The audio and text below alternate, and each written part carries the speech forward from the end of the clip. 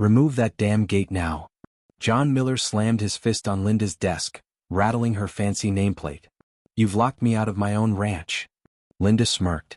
That'll be $500 for a key, plus $200 monthly. Unless you join our HOA. Before watching full video, comment below from where you watching. Also like and subscribe for more stories. What the hell is this? John Miller roared, slamming on his truck brakes. A massive chain-link fence with a padlocked gate now blocked the only road to his ranch, a road he'd used for 20 years. The bright new sign mocked him, property of Sunshine Valley HO, authorized access only. John's hands gripped the steering wheel until his knuckles turned white. He had livestock waiting for feed, deliveries scheduled, and now this rich people's club had literally locked him out of his own property overnight. He grabbed his phone and dialed the HOA office, blood pressure rising with each ring. Sunshine Valley HOA, Linda speaking. How may I help you? The voice was artificially sweet. This is John Miller. You've put a damn fence across my access road. I need it removed. Today. Oh, Mr. Miller, Linda's tone cooled instantly. That road crosses HOA common land. Our board voted last week to secure all community entrances. For safety reasons. Safety? That's my only access road. I've been using it for 20 years. You should have received our letter explaining the situation, Linda continued calmly. As a non-member, you'll need to apply for an access key. There's a $500 processing fee and $200 monthly access charge. John nearly crushed his phone. That's highway robbery. It's policy, Mr. Miller. We've had problems with trespassers. Perhaps you'd like to reconsider joining our association? The monthly dues are only $350. John hung up before saying something he'd regret. This wasn't their first attack. When luxury homes began springing up around his 50-acre ranch 5 years ago, the Sunshine Valley HOA had tried repeatedly to force him to join and follow their rules about everything from fence height to what animals he could keep. John had always refused. His property predated their development by decades. But this time they'd crossed the line. The fence trapped him on his own property, cutting him off from the main road. The alternative route required crossing Miller Creek, which flooded half the year. John examined the fence more closely. The HOA hadn't skimped, 8 feet tall with 3 strands of barbed wire on top. The gate had a heavy-duty commercial padlock that even his bolt cutters couldn't handle. This wasn't a quick fix. He climbed back into his truck and drove off-road, circling the fence perimeter looking for weaknesses. There were none. They had planned this well, trapping his main entrance completely. Back at his ranch house, John tried calling the county sheriff. Sorry, John, Sheriff Martinez said. If it's their property, they can fence it. You'd need to take this to civil court. John slammed his fist on the kitchen table. His ranch wasn't just a home, it was his livelihood. He raised prize-winning quarter horses and Texas Longhorns. He had feed deliveries scheduled, buyers coming to look at his newest foals, and a veterinarian visit planned for the following week. That night, John paced his living room floor, too angry to sleep. His dog Rex watched with worried eyes as John muttered to himself. He could sue, but legal battles would take years and cost thousands. He needed his road access now. They think they can just box me in, Rex, John said to his loyal blue heeler.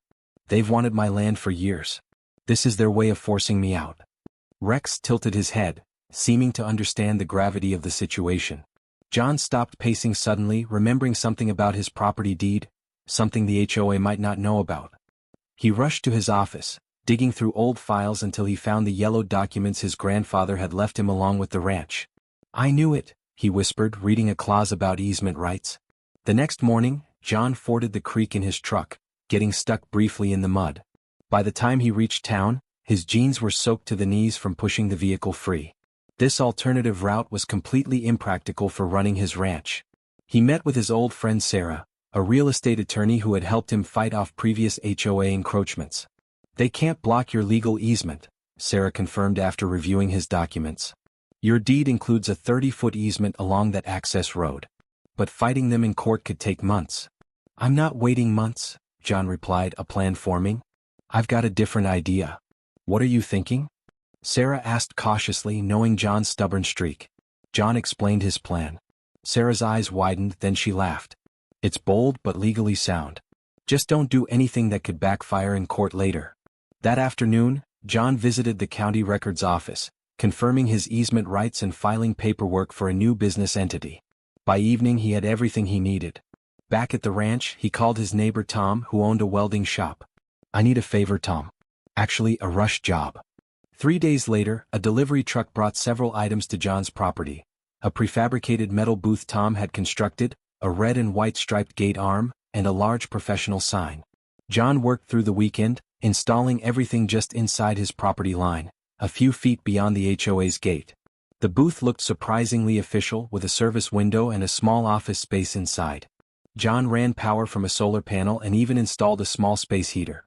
He stocked it with coffee, snacks, and a comfortable chair. If he was going to be a toll collector, he'd do it in style. The sign visible from the HOA gate read, "Miller Ranch Private Road, Toll Crossing, $25 per vehicle. Monthly passes available." On Monday morning at 6:30 a.m., Linda from the HOA called, her voice shaking with fury. "What do you think you're doing, Miller? We've received complaints about some kind of toll booth setup." "Just running my business," John replied calmly, sipping his morning coffee in the new booth. "According to county records, while you control the gate, I own the easement rights to the 30-foot stretch of road immediately after it. My deed clearly states I can use and manage that easement as I see fit." That's not possible. Check the records yourself. In the meantime, I've established Miller Road Access LLC. Very official, fully registered with the county. "You can't do this," Linda sputtered. "I'm charging a toll for using my section of the road," John continued. $25 per car per crossing. Monthly passes available for $600. That's outrageous. Our residents need to use that road." "Yes, they do," John agreed. "Just like I need to use it." "Interesting situation, isn't it?" "This is blackmail," Linda hissed. "No, ma'am. It's business. By the way, I'll need access through your gate to service my customers. I expect my key by noon today, or I'll have my attorney file for an emergency injunction." John could practically hear Linda's teeth grinding through the phone before she hung up. By 11:45 a.m., a sullen HOA security guard delivered a gate key to John. By afternoon, a line of luxury cars had formed. As each resident used their new HOA access key to open the first gate, they were shocked to find John's toll booth blocking their path. $25, please, John would say cheerfully. "Cash, credit, or mobile payment accepted." "This is ridiculous," said a man in a Mercedes. "I already pay HOA fees to maintain this road." "Take it up with your board," John suggested. "They blocked my access first. I'm just responding in kind." Some residents paid grudgingly. Others turned around furious. One woman in a Range Rover threatened to call the police. "Please do," John said politely. "I've already spoken with Sheriff Martinez. My paperwork is in order." The residents were furious. Several did call the police, but the officers could only shrug after checking John's paperwork. "Seems he's within his legal rights," the police chief told Linda when she demanded John's arrest. "His easement rights allow him to manage that stretch of road." By the next day, John had installed a coffee machine and a small refrigerator in his booth.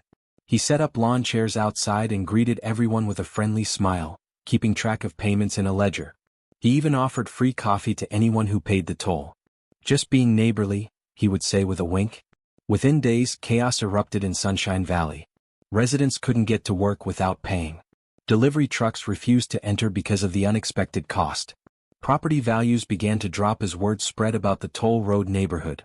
Real estate agents canceled open houses. Prospective buyers heard about the situation and looked elsewhere.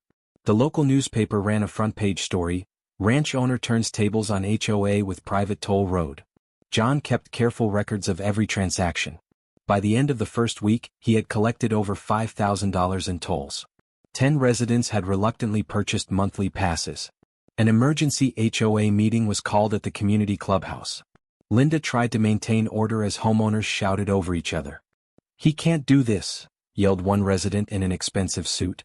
"I'm late to work every day now. I pay $350 a month in HOA fees, and now another $600 for this toll?"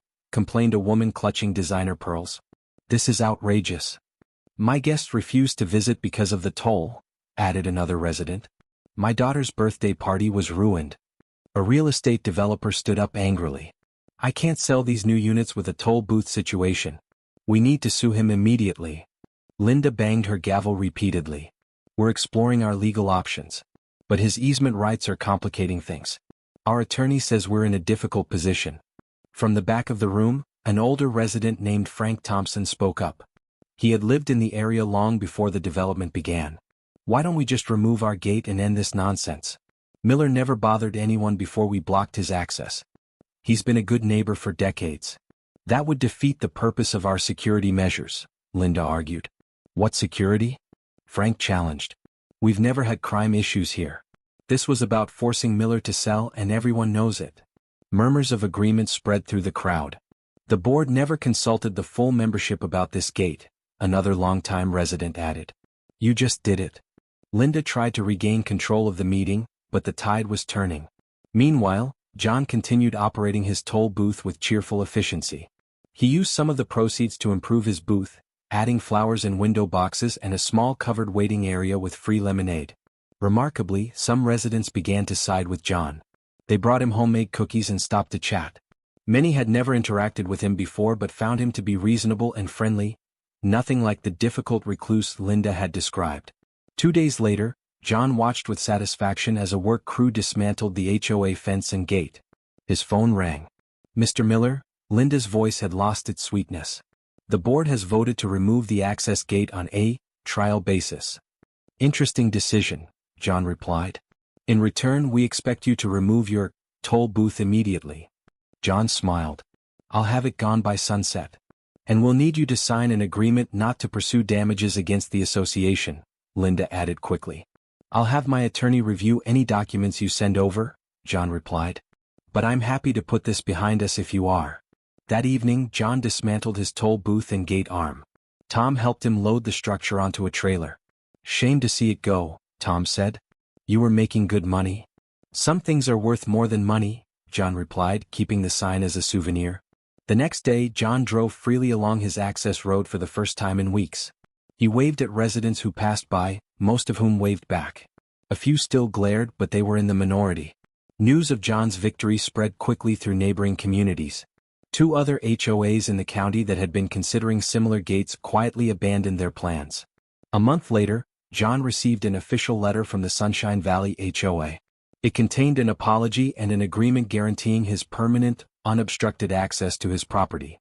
"Sometimes you have to fight fire with fire," John told Sarah over coffee at the local diner. They thought they could bully a simple rancher, but they learned a valuable lesson. "About property rights?" Sarah asked. "About karma," John replied with a smile. "What goes around comes around." The following spring, Linda resigned as HOA president following a vote of no confidence. The board elected Frank Thompson as the new president, the older resident who had spoken up at the meeting. Frank's first official act was to invite John to their community barbecue. "No HOA membership required," the invitation read. "Good neighbors are more important than good fences." John was hesitant but decided to attend, bringing his famous homemade apple pie and a bottle of his grandfather's recipe moonshine, for the adults only. The barbecue turned out to be surprisingly pleasant. Several residents apologized for the gate incident. John shared stories about the history of the land and offered tips on gardening in the local soil. He even invited some of the neighborhood children to visit his horses. "Your ranch has been here longer than our houses," one resident admitted. "We should respect that history." Linda avoided John throughout the event, still embarrassed by how thoroughly he had outmaneuvered her. But most residents treated John with newfound respect, having learned what happens when you try to fence in someone who values their freedom. The toll booth incident had an unexpected side effect. It brought the community together. Residents began questioning other heavy-handed HOA policies. Frank instituted more transparent governance and reduced monthly dues. The following year, when a developer tried to build high-density housing on the last open space near John's ranch, the HOA and John joined forces to oppose it. They successfully lobbied the county to preserve the area as a nature park instead. John's toll booth sign still hangs in his barn as a reminder. Sometimes the best way to tear down walls is to build your own gates. And whenever a new resident asked about the toll booth incident, the old-timers would laugh and say, "Let me tell you about the time John Miller taught us all a lesson about respecting your neighbor's rights." 5 years later, when John considered selling part of his ranch to retire, it wasn't developers who made the offer. It was the HOA itself, proposing to create a community equestrian center where John's knowledge could benefit everyone. The contract specifically prohibited any gates or access restrictions. John smiled as he signed the papers. Sometimes, the best revenge isn't just winning the battle, It's changing how the war is fought.